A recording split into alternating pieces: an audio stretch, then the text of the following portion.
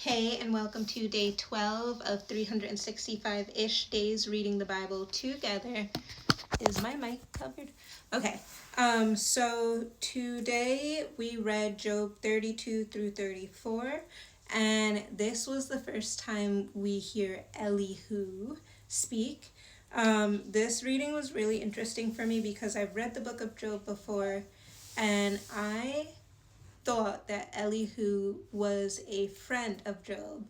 But this time, reading it around, this is why it's good to read and reread and reread.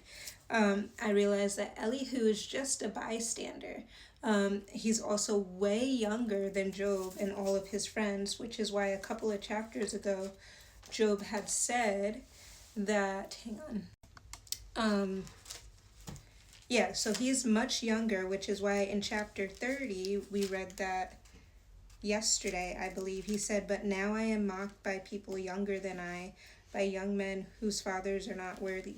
Anyway, I think he probably is saying that because there's people, I always imagined it like it was just Job and his friends and Elihu sitting in a secluded area, but no, he's surrounded by bystanders, and Elihu is one of them. He's not a friend of Job, he's a bystander who's listened to this whole conversation, who knows who Job is because Job was a high profile guy in his community. Sorry, my daughter's in the room with me. So he was a high profile guy, so of course everyone knew who he was. So when he's lost everything, of course heads are turned. People want to know what happened. And so they're listening, they're watching, and now Elihu takes it upon himself to speak. And when he does go to speak in chapter 32, he says, "I thought those who are older should speak, for wisdom comes with age, but there is a spirit within people, the breath of the Almighty within them, that makes them intelligent. Sometimes the elders are not wise, sometimes the aged do not understand justice. So listen to me and let me tell you what I think." This just was interesting for me because I grew up in a very in an environment where you are supposed to respect the elders, and sometimes the elders know best, and you don't challenge your elders. So it's interesting to see that especially ideas like that come from the old times, and Elihu is not scared to speak even though he's young, and even though these men are considered wise, he understands that it's the spirit that speaks, and that he can speak because he's empowered by the spirit to speak. And he says in verse 13, "Don't tell me he is too wise for us. Only God can convince him. If Job had been arguing with me, I would not answer with your kind of logic." So he's addressing the friends here, saying, hey, you guys are not being logical in your responses to Job. But he's also kind of annoyed with Job, and that for me was interesting to pick up this time because that's not something I caught last time. Last time I thought Elihu was going to bat for Job, these men. While Job's three friends said he was suffering from past sins, Elihu said Job's suffering would not go away until he realized his present sin. He maintained that Job wasn't suffering because of sin, he was sinning because of suffering. Elihu pointed out that Job's attitude had become arrogant as he tried to defend his innocence. Elihu also said that suffering is not meant to punish us as much as it's meant to correct and restore us, to keep us on the right path.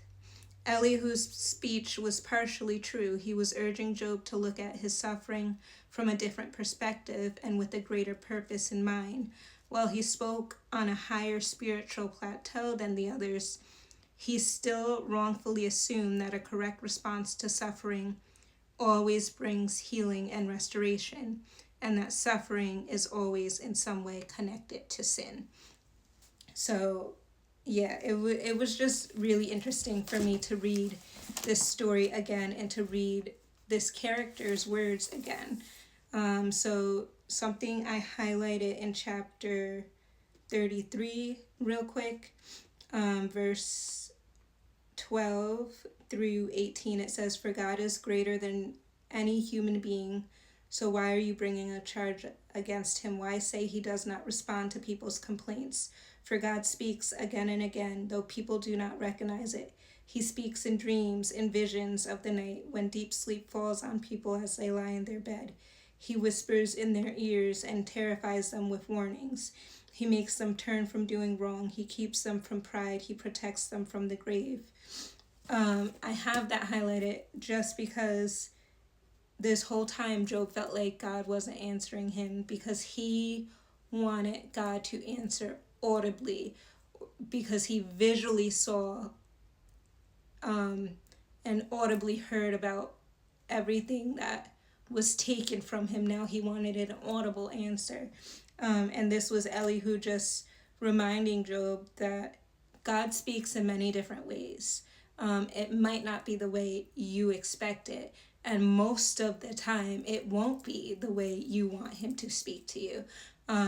But don't say he's not speaking to you just because it's not in the translation you want it to be. And yeah, the last thing that I had highlighted was in Job chapter 34, verse 35. It says, "Job speaks out of ignorance. His words lack insight." That's what Elihu said. And it's funny that Elihu felt like that, because I felt like the three friends, like they were speaking out of ignorance and their words lacked insight. So it almost felt like a personal attack. I know this story is not about me, but I was like, hey, don't go after Job. But yeah, yep, that's where I am. It was just super eye-opening. If you were here yesterday, the conversation between me and my husband, the back and forth we had, and now Elihu. So I'm getting all these different viewpoints and perspectives, and it's just really interesting this time around. Let me know what you think, what your takeaways are, where you're at in this book. And yeah, I'll see you tomorrow.